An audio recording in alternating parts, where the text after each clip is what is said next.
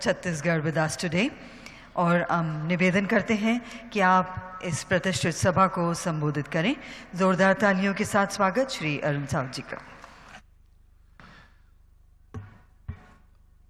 आप सभी को राम राम, जय जोहार। छत्तीसगढ़ से आया हूं, भगवान राम का ननिहाल है, कौशल्या माता की धरती से आया हूं और आज जो second all India state ministers water conference 2025 का यह जो आयोजन झीलों की नगरी, शौर्य की भूमि उदयपुर राजस्थान में हो रहा है और ऐसे पावन अवसर पर मंच में विराजमान राजस्थान के यशस्वी मुख्यमंत्री आदरणीय भजनलाल शर्मा जी, हमारे बहुत ही मेहनती लगनशील जल शक्ति मंत्री आदरणीय CR पाटिल साहब, हमारे पड़ोसी राज्य उड़ीसा के बहुत ही मेहनती मुख्यमंत्री आदरणीय मोहन चरण मांझी जी, हमारे त्रिपुरा के सहज सरल मुख्यमंत्री आदरणीय प्रोफेसर मानिक साहा जी, हिमाचल के उप मुख्यमंत्री आदरणीय मुकेश अग्निहोत्री जी, हमारे जल शक्ति विभाग के राज्य मंत्री आदरणीय राजभूषण चौधरी जी, मंच में विराजमान सभी सम्माननीय अतिथिगण और अलग अलग राज्यों से आए हुए सभी माननीय मंत्रीगण, सभी अधिकारीगण, आप सबका हार्दिक अभिनंदन है, स्वागत है। छत्तीसगढ़ एक ऐसा राज्य है जिसे प्रकृति की असीम कृपा है, जहां ऐतिहासिक और पौराणिक काल में भी हर काल में छत्तीसगढ़ का उल्लेख मिलता है। छत्तीसगढ़ वो भूमि है जहां पर भगवान श्री राम अपने वनवास काल के 14 में से 10 साल जहां बिताया है। कौशल्या माता की धरती है, भगवान राम का ननिहाल है।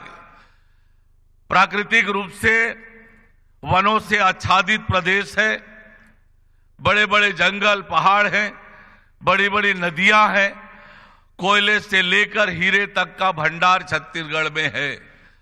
और सबसे बड़ी ताकत छत्तीसगढ़ की बहुत भोले भाले, सीधे साधे और ईमानदार मेहनती लोगों का ये हमारा प्रदेश है। जहां तक जल की उपलब्धता की बात है, हमारे राज्य में कुल 62,844 मिलियन क्यूबिक मीटर जल है, जिसमें से 48,296 million cubic metre surface water है और 14,548 million cubic metre ground water है।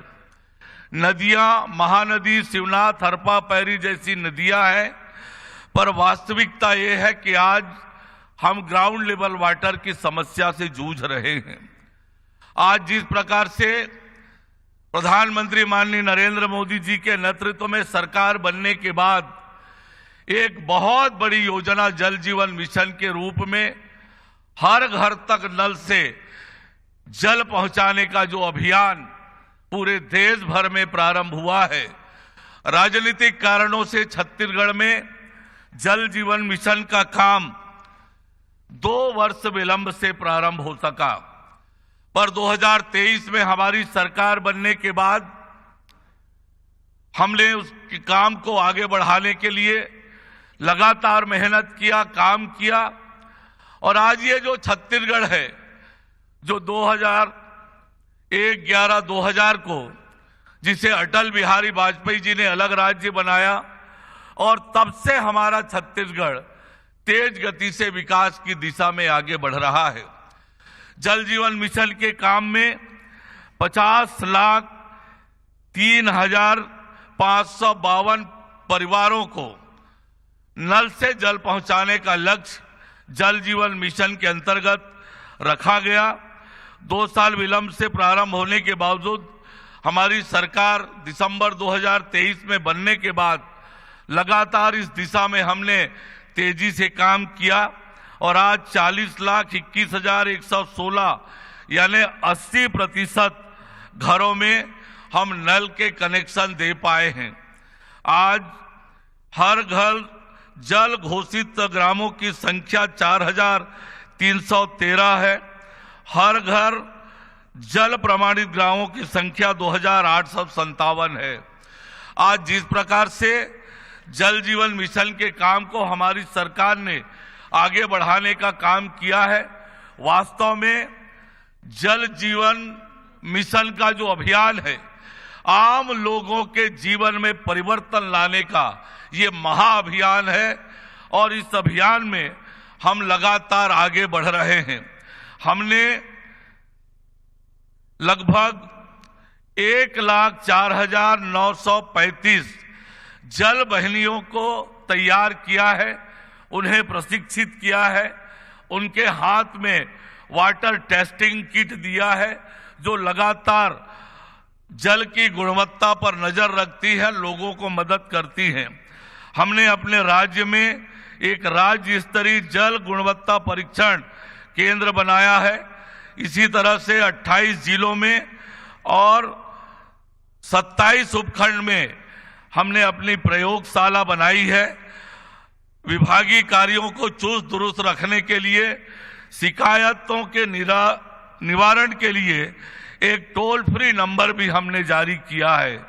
लगातार जल जीवन मिशन के काम को हम आगे बढ़ाने का काम कर रहे हैं, पर हमारे सामने अनेक चुनौतियां हैं।